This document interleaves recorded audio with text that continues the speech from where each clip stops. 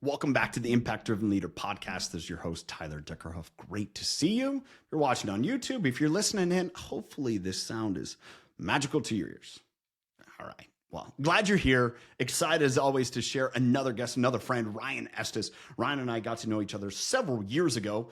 Previous hosted podcast called Impact Makers. He was a guest there with me. It's in the show notes. You can find the archives on that great conversation. We revisit, come back together again, and we talk about the state of where we're at now. Really, we're speaking to the audience that I'm curating this podcast for. You know, I described this a couple weeks ago. I'm going to share it again because I think it's so fitting. It's the leader who's the peanut butter and jelly. You know, that mess smashed in the middle between two pieces of bread. Right now, those two pieces of bread are the executives we talk about in this episode that are demanding people come back to the office. Well, you have to come back to the office. The great resignation, the pandemic are over, come back to the office. Or there's those workers that are like, sorry, no, thank you very much. I don't have to. I don't want to. And if you don't like it, I'll just go somewhere else. See, the employee today is empowered. Listen to my podcast a couple of weeks ago with Davin Salvagna. We talked much about that, and we're talking about it again because it's that imperative in our world. One of the things that Ryan really impresses upon me, and it's this: we are incentivized to devalue people and organizations. Yeah, it's a sad reality. You see, that's what happens when we're directed towards a return over people. I was talking to a friend yesterday. I'm going to share it here in this open before I get into the podcast.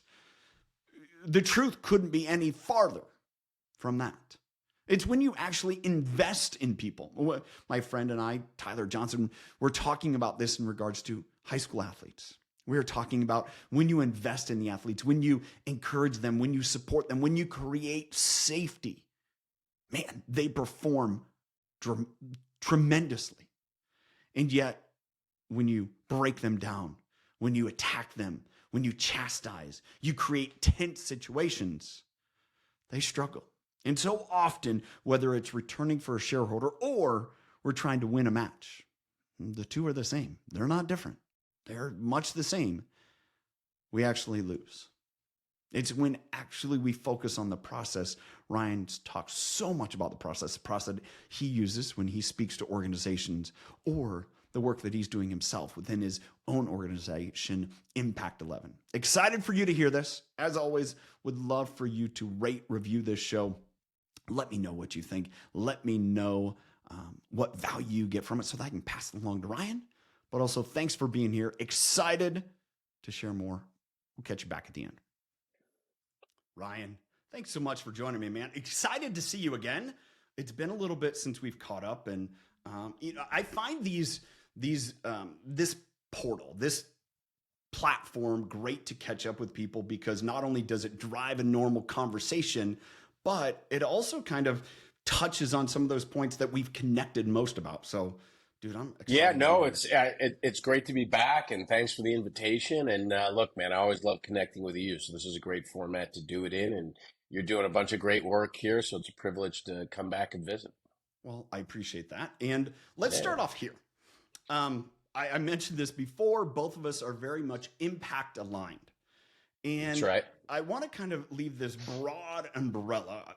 I'll touch on it now. We're going to talk about it much later in a couple months. Your book, Prepare for Impact, the book coming out. But what does impact in our current world, in our current workforce look like to you?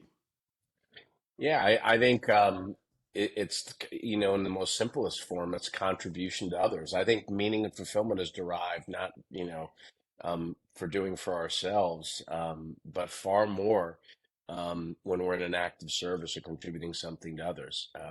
I suspect that's the genesis of this entire podcast and platform. It's certainly the genesis of mine. And I think at its best, truly, and I know we're going to talk about leadership, but my thesis is that leadership isn't a job; it's a responsibility, and it's not about us.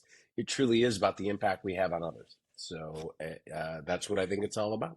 We are obviously through this perfectly aligned there, and I think one of the things that hurts me, and I know you write about, you speak about, doing all the work that you do as a keynote speaker, you get to interact with a lot of organizations. I do. Fortunately enough, for the organizations you're going into, usually they are driven towards an impact. You're not usually going invited into the organizations that are like the article I read this morning. And I'm not gonna put this CEO on blast, but this is one snippet But that I read that pained me, that makes me feel like, one, there's a lot of work for you and I to do.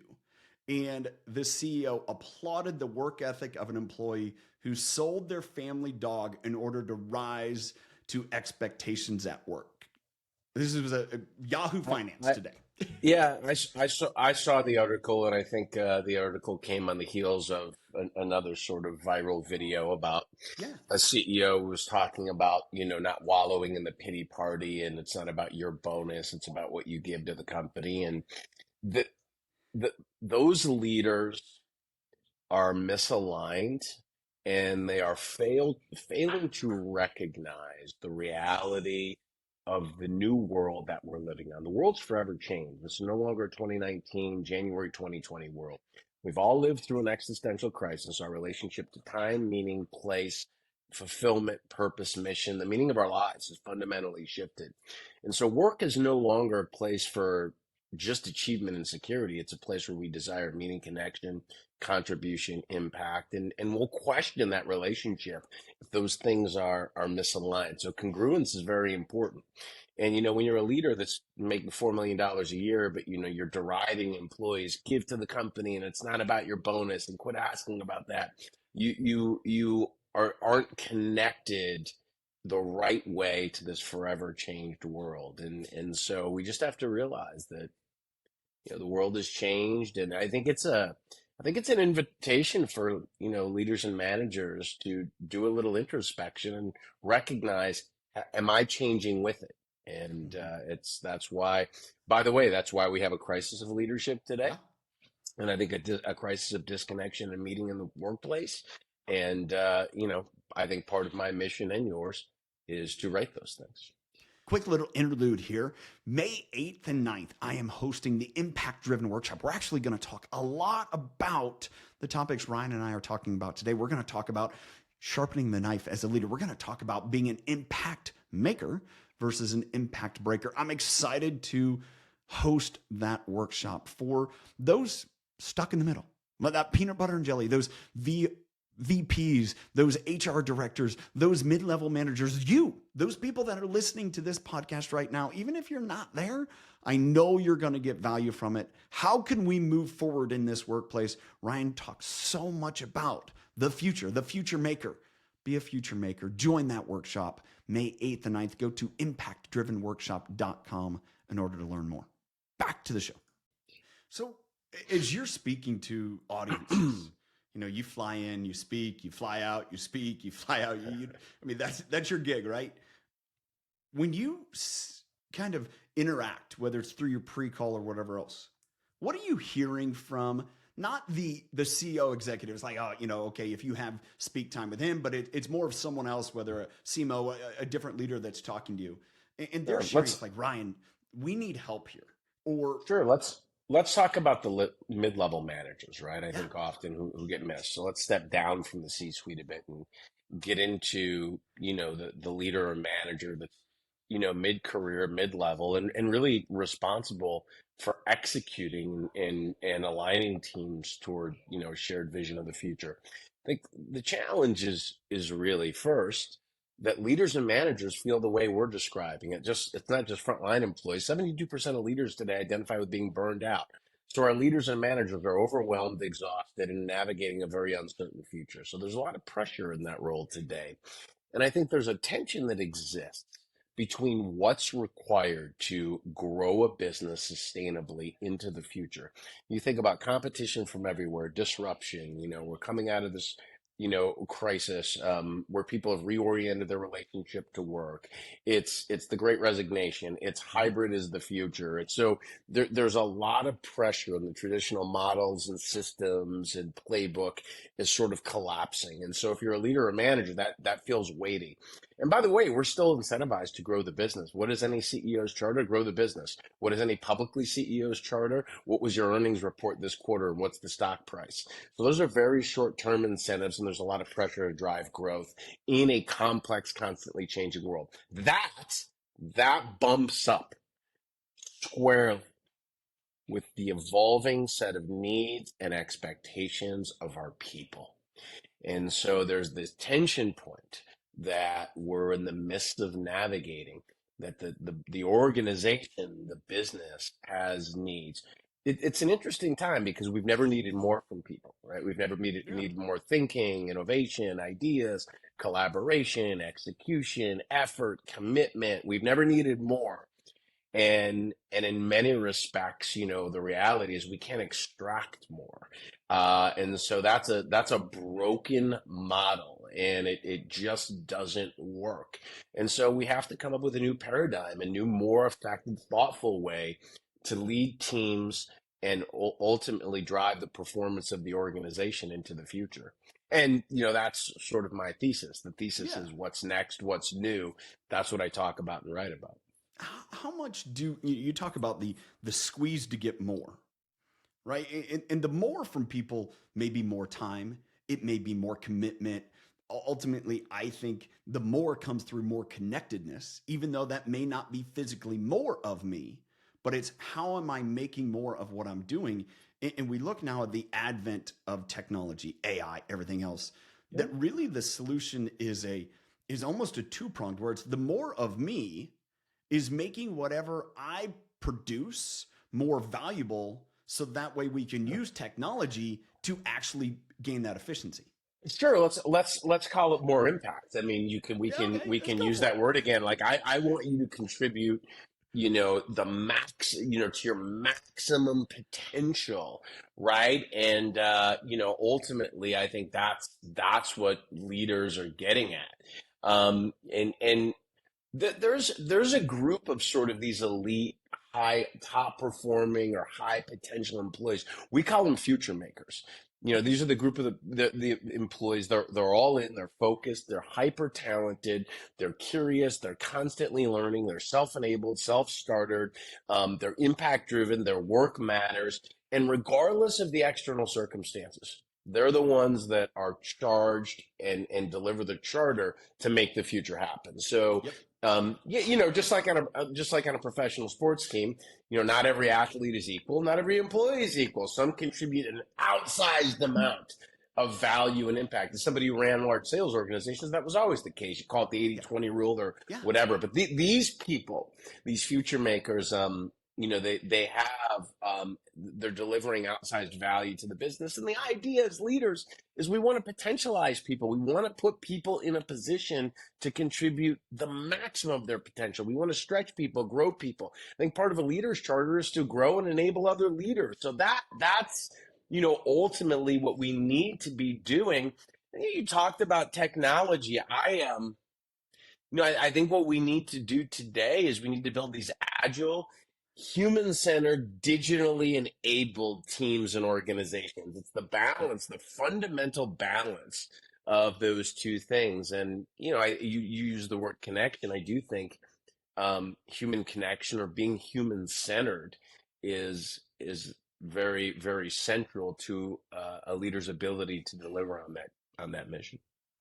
There's When we talk about this AI and this connection, I was driving with my son who's just about to turn 15. By the time this releases, he'll be 15.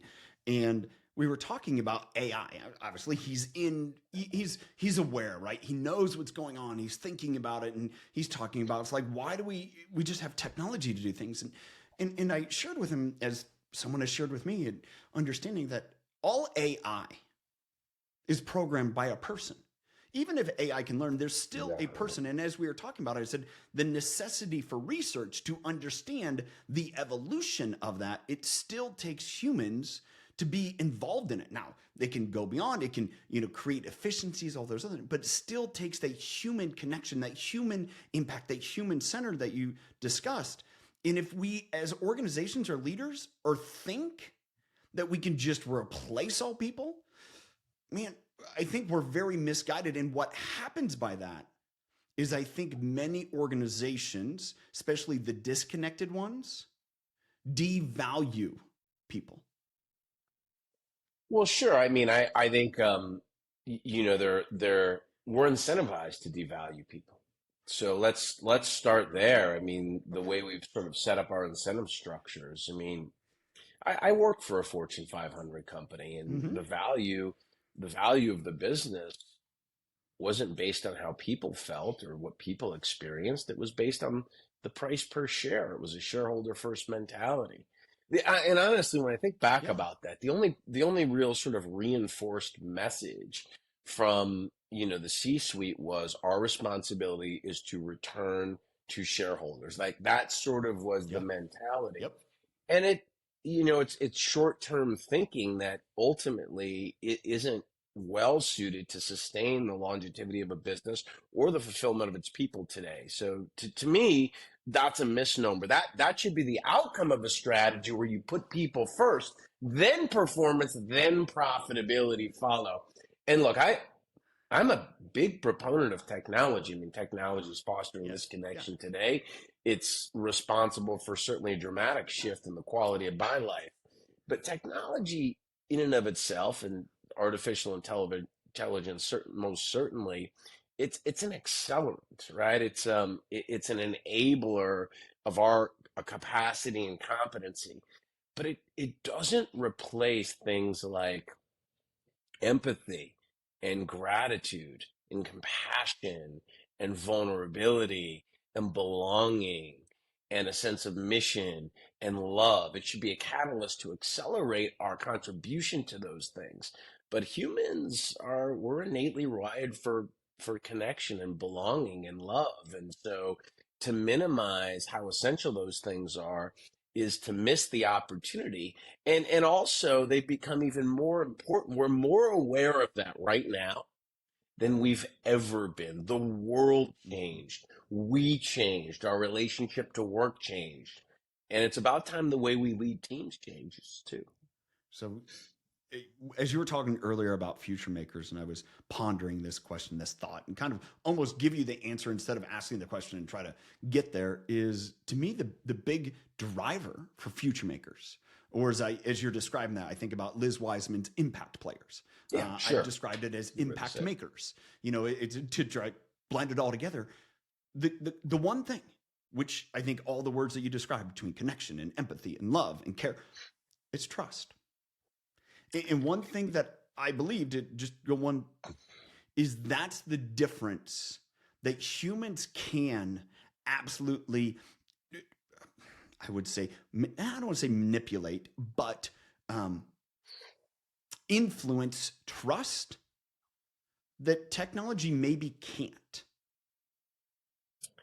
Well, I do think trust is the foundation of a relationship, and I would say that's right. That technology doesn't facilitate There you go. trust That's the word. between two people. Yeah, when do you trust somebody? How do you know that you trust somebody? What did it feel like when you trusted Yeah. somebody, but then realized you shouldn't have? And Mm-hmm. and like that's the human condition and the human experience. And trust can you've seen the erosion of trust in places where we traditionally would put it, in large Yeah. institutions, in government, in media.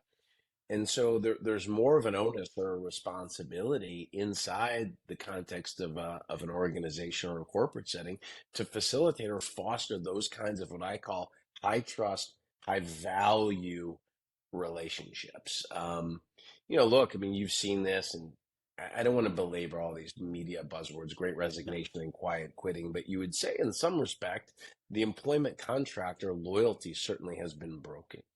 And I think in some respects that's a good thing. The Yeah. idea we were going to work one place and climb the Yeah. corporate ladder for 30 years and get a gold watch at the end, and they Yeah. were going to send us off into the pasture. That's an old model. And certainly you and I are an example of people that had broke sort of free from that paradigm. Said no, that's not the way. And now that's just accelerated in technology again. It's an enabler and an accelerant of people to create freedom and opportunity for themselves. And so if we're going to organize people into teams and invite them to contribute their time, talent, and invest their emotional commitment to a worthwhile cause or mission, we have to carefully consider, well, what do they expect in return? And that is the contract that's changed. And so the very essence of sort of trust and the exchange of time and talent, I think, is in a state of evolution or a state of flux. And leaders just need to be aware of that. That's all. So how are you when you're again going back to your role as a keynote speaker, right? You're coming into conferences, you're coming into, corporate events. And again, we talk about this multi-level from C-suite to mid-manager to, Sure. frontline performer. That communication, what you just communicated, that organizations are forced to reckon with today. That trust has been eroded because of the layoffs, because of 2008 that you and I went through professionally and Yeah. saw the ills of it, and like we're just another number, sorry, and move on to where we're at now. That people are like, I have other options. I don't trust you, and I don't have to trust you, and just thinking that's my way forward.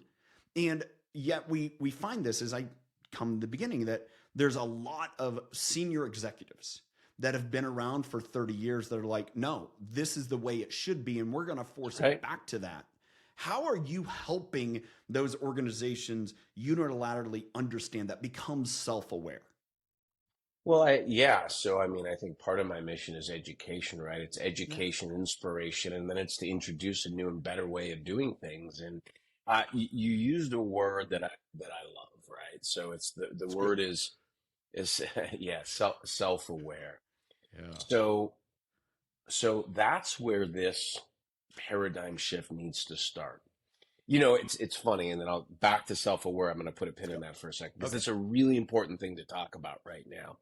But yeah, to your point, we just had just a Fortune 500 CEO. I could use his name, but in the advertising category, you can look it up. It was all over the media this week. He made an announcement right on an earnings call.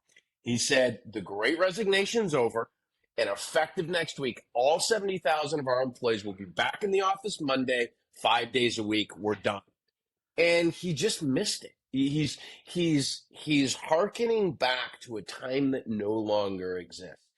And so my part of my mission is it's a moment in time where leaders need to look inside themselves. So you use the word self-awareness.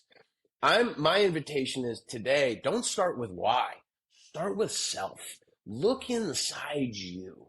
What stories are you telling yourself that inform your Yes. belief system that needs to begin to evolve? And feedback is a gift. And I would say, we've talked about 3 stories already in the short time we've been in the media this week where leaders just didn't get it and they missed the mark. And so self-awareness is a journey. You have to confront yourself, and your limiting beliefs, your stories sort of inform the way you experience people in the world around you. So looking inside, doing that work and committing to some personal growth. I think in order to lead others responsibly, you have to lead yourself first. 100%. And this is a moment where that's never been more true because things have fundamentally changed. So start with you. I think that's the challenge that I see and hear from people, and it's my evolution, my personal growth, which I've shared on this platform and through the work that I do, and it's not easy, and you have to do it on your own. But this is Right. the other piece, and we'll run with this: is you can't do it alone. And I'll put an insert here to one of your current projects, Impact 11, because I think it facilitates. And here's the parallel, right? So often, so many leaders feel alone, right? Your role as a keynote speaker is really kind of aligned with a lot of leaders in a lot of way. They come in, they give a presentation, they inspire, they maybe do a little pre-work, post-work, and then they're off to the next place, right? That can be a lot of leaders or salespeople today, and which are in their own leadership role. And yet, when you think about that, is where do I find the opportunity to become self-aware? And there's been this piece that look in the mirror, look in the mirror. And I get challenged with that because when I stop and think about it, and I did this, I shared a podcast on it a couple weeks ago, is when we look in the mirror, all we do, we see a reflection. We see a reflection of our intentions. We don't see our actions. The Well, only way that's to see exactly our right. actions is what I call looking through the window. And so, going back to the previous question is kind of like, as you're sitting down with organizations and you're leading them through this, and how are you helping them, but also overlay that with you as a speaker and in the involvement with Impact 11, the ability to get better through that. Well, yeah, so that's a multifaceted question. So let the Well, run with it. lot to Yeah. unpack there. So, part of what I would say is that yes, I'm a speaker or a thought leader, right? I write, I do Yeah. research, I think about things, and then I'm fortunate to be in a position where companies will invite me in to share those ideas with their teams. I also run a business. And I have three partners in that business, and we built a team, and we have a culture, and we're making decisions and building. So I get to practice, Yeah. what I preach on both sides of that equation. And you so the self-awareness piece, you mentioned another point. I sort of the genesis of this piece of the conversation was don't go it alone. And that's right. I mean, you need sort of systems of accountability and I think support to become more of who you're capable of being in the world. And it's an invitation or a call forward to leaders and future makers to say, hey, I'm going to go on the journey you went on, the journey to maximizing my potential, becoming my best self. Quick story. And Please. this is sort of the genesis for me of what Impact 11 has become. During the pandemic, things kind of collapsed. And as somebody who obviously goes around and does conferences and events for a living, that got taken away. So I was having my own little bit of an existential crisis, dark night of the soul, but also it was a moment of pause where I could ask bigger questions and reflect or look inside a little bit. Things stopped.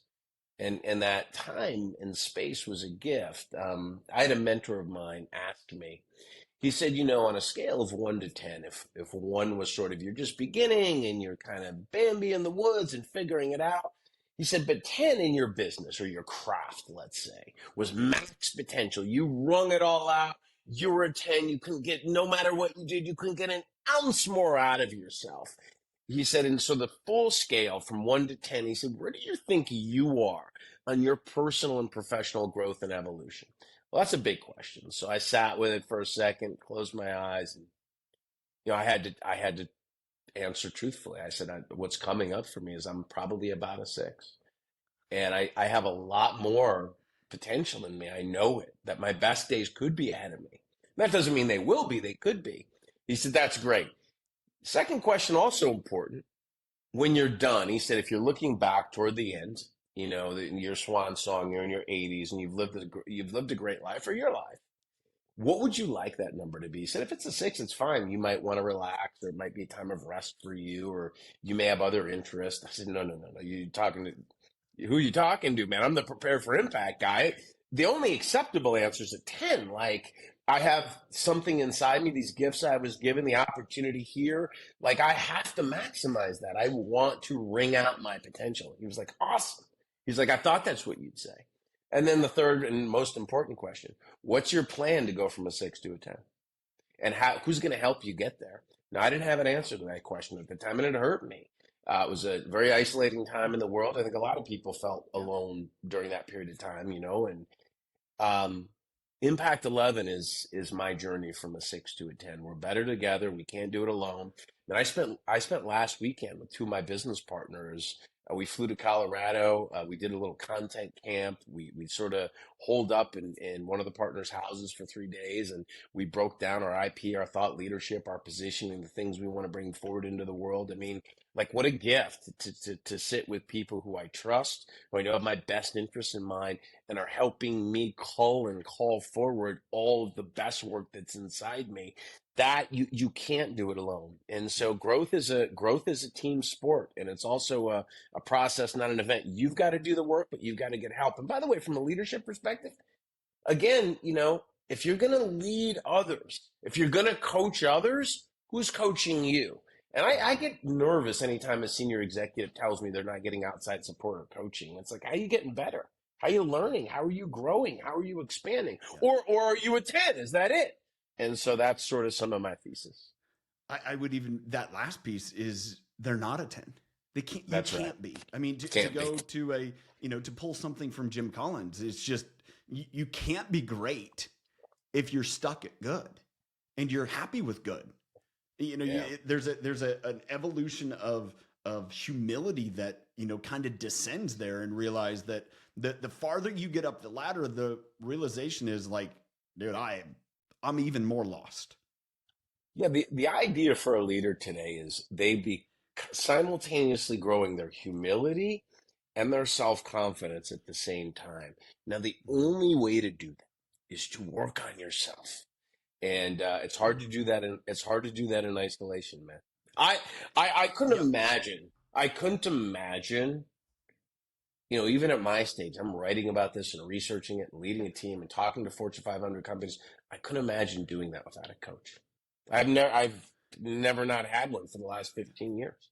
Yeah. I think, to come back, and as we continue to push forward and come back, and we're thinking about those organizations where, again, those leaders find themselves, where either by their own admissions, by their own, volition, by whatever circumstance, alone on an island. And they're sitting around saying, well, I can't, I don't have a team around me, or I don't have those around me to be able to give me that insight. I think the reality that I understand is having humility and say there are people around you, even Well, if it's well, people that you right. work with, that will give you insight, but you have to be humble enough and vulnerable enough. And I think that's the challenge in our workplace today, is we're asking leaders, instead of, hey, you need to go away and figure your stuff out in front of us, because we'll all get better. Yeah. So look, I think there's truth to that. And I think figuring those things out in the construct of a group setting is a gift. Now, if you're trying to balance, by the way, that's what community is so important, and we talked a little bit. I think I mentioned, Yeah. Yeah. the erosion of trust. We've seen an erosion of community. Mm-hmm. Uh, and you look at, where people go to foster sort of these safe connections. We've seen an erosion of commitment to the church, and I think the way we do community where we live has completely evolved, and the pandemic didn't help that. And so it's important for people in general, and I think precisely leaders and managers, to foster some sense of community where you have that sort of support and you can grow. They use the word vulnerability, and uh, vulnerability is an act of courage. You have to go first, and so if leaders or managers don't feel comfortable doing that in the context of their team or their organization, if it's not a safe place, and we can talk about psychological safety, cultivating that around you, and that's part of what Impact 11 is. It's a community of experts and thought leaders who connect and are on this, committed to helping each other evolve on this journey. So I'm not doing this in isolation. I'm part of a community. And I think, remember, like the old Peter Drucker quote, or saying, it was culture eats strategy for breakfast. And all the experts went around and have quoted that, Yeah. for 100 years. And by the way, he's right. Like, you could have the best strategy in the world, but in the absence of a committed, aligned team and a culture, a purposeful, nurturing company culture to execute on it, you're going to miss the mark. My thing today is that if culture eats strategy for breakfast, community eats culture for lunch. We have to have a support system and a network around us to help us navigate the complexity of the world we're in today. And I think without it, we'll certainly feel a sense of isolation or disconnection. And maybe even more importantly, we'll fall short of that 10 for sure. I would have without it. Well, you know, what's I think the big challenge that leaders, and when I say leaders, I'm talking about that chief executive officer, that person that is dictating, hey, this is what we're going to return to office.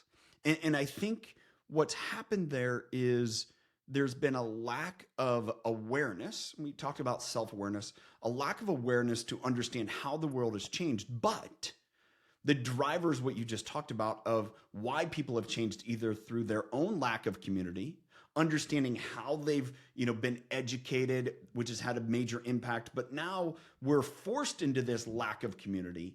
And now all of a sudden we languish in this lack of community because we're remote working.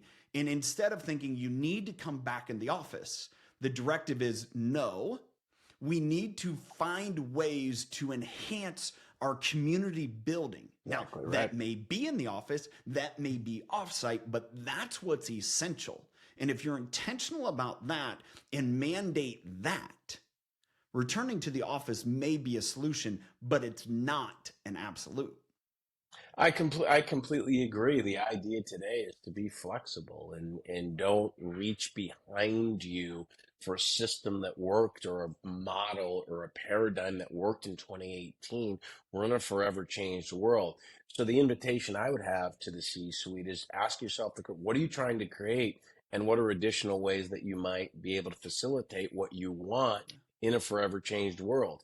Can you drive what the business needs and also meet the needs of the people? Remember that tension point. Yeah. And so the default is, you know what? We've stalled as a business. We missed our earnings, 2 quarters in a row. Screw it. This is over. And you don't want, if you want a job, get your ass back to the office. Like that's the default nature. And I would say that's not a very self-aware way of now you have a problem to solve. And by the way, I run a business. That business has to grow. And it is a challenging time right now. But the invitation is, okay, what's the right path to growth in the future? And to your point, the things we need to facilitate, there are other ways to think about doing it. I actually think that's why the meeting or the offsite or the retreat takes on and I attend a lot of them. Because I'm a speaker, it takes on so much more significance now that what you need to get out of that experience is more, because we're not together every day.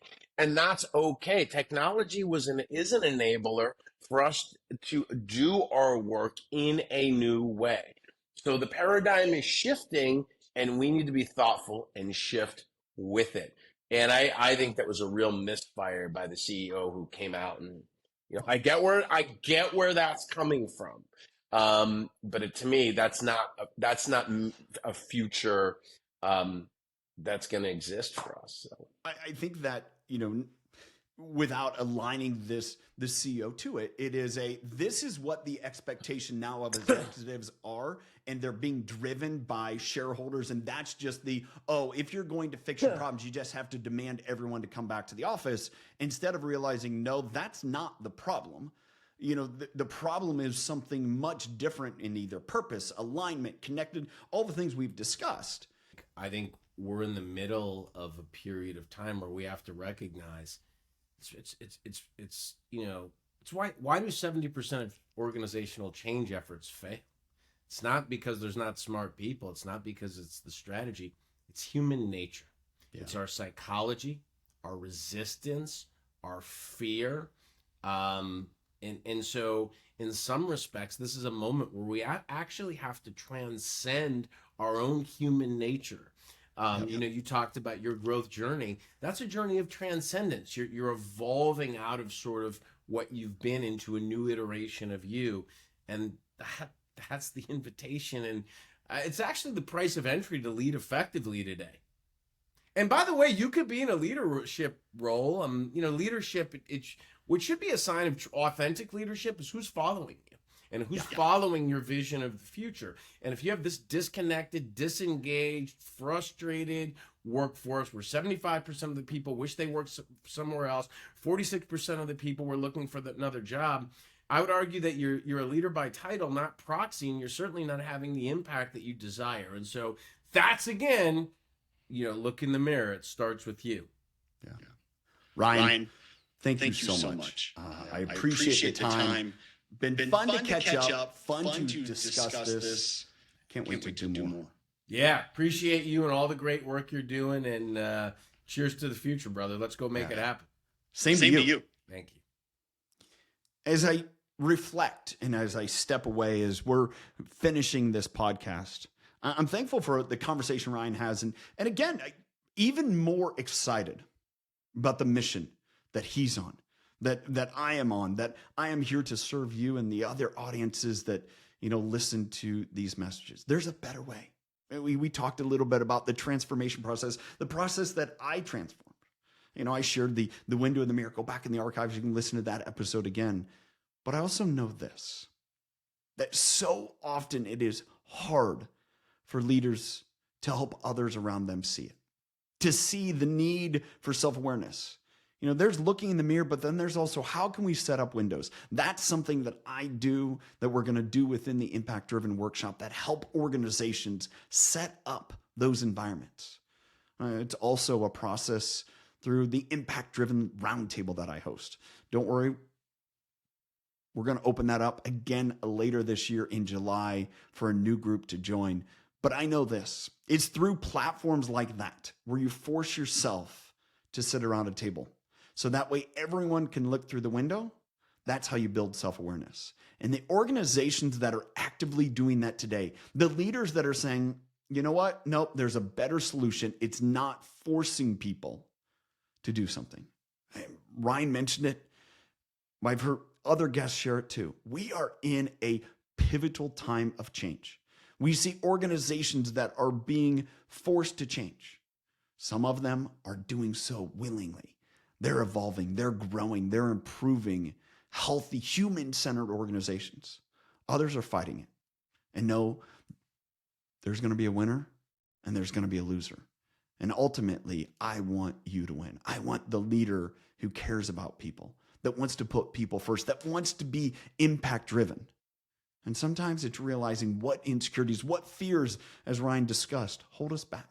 That's something that I'm so excited to help people work through either the Impact Driven Workshop or the Awaken the Leader Within Workshop. Thanks for being here. If you want to learn more about either one of those, you can. Excited to host the next Impact Driven Workshop in just a few days. Thanks for being here. We'll catch you next time.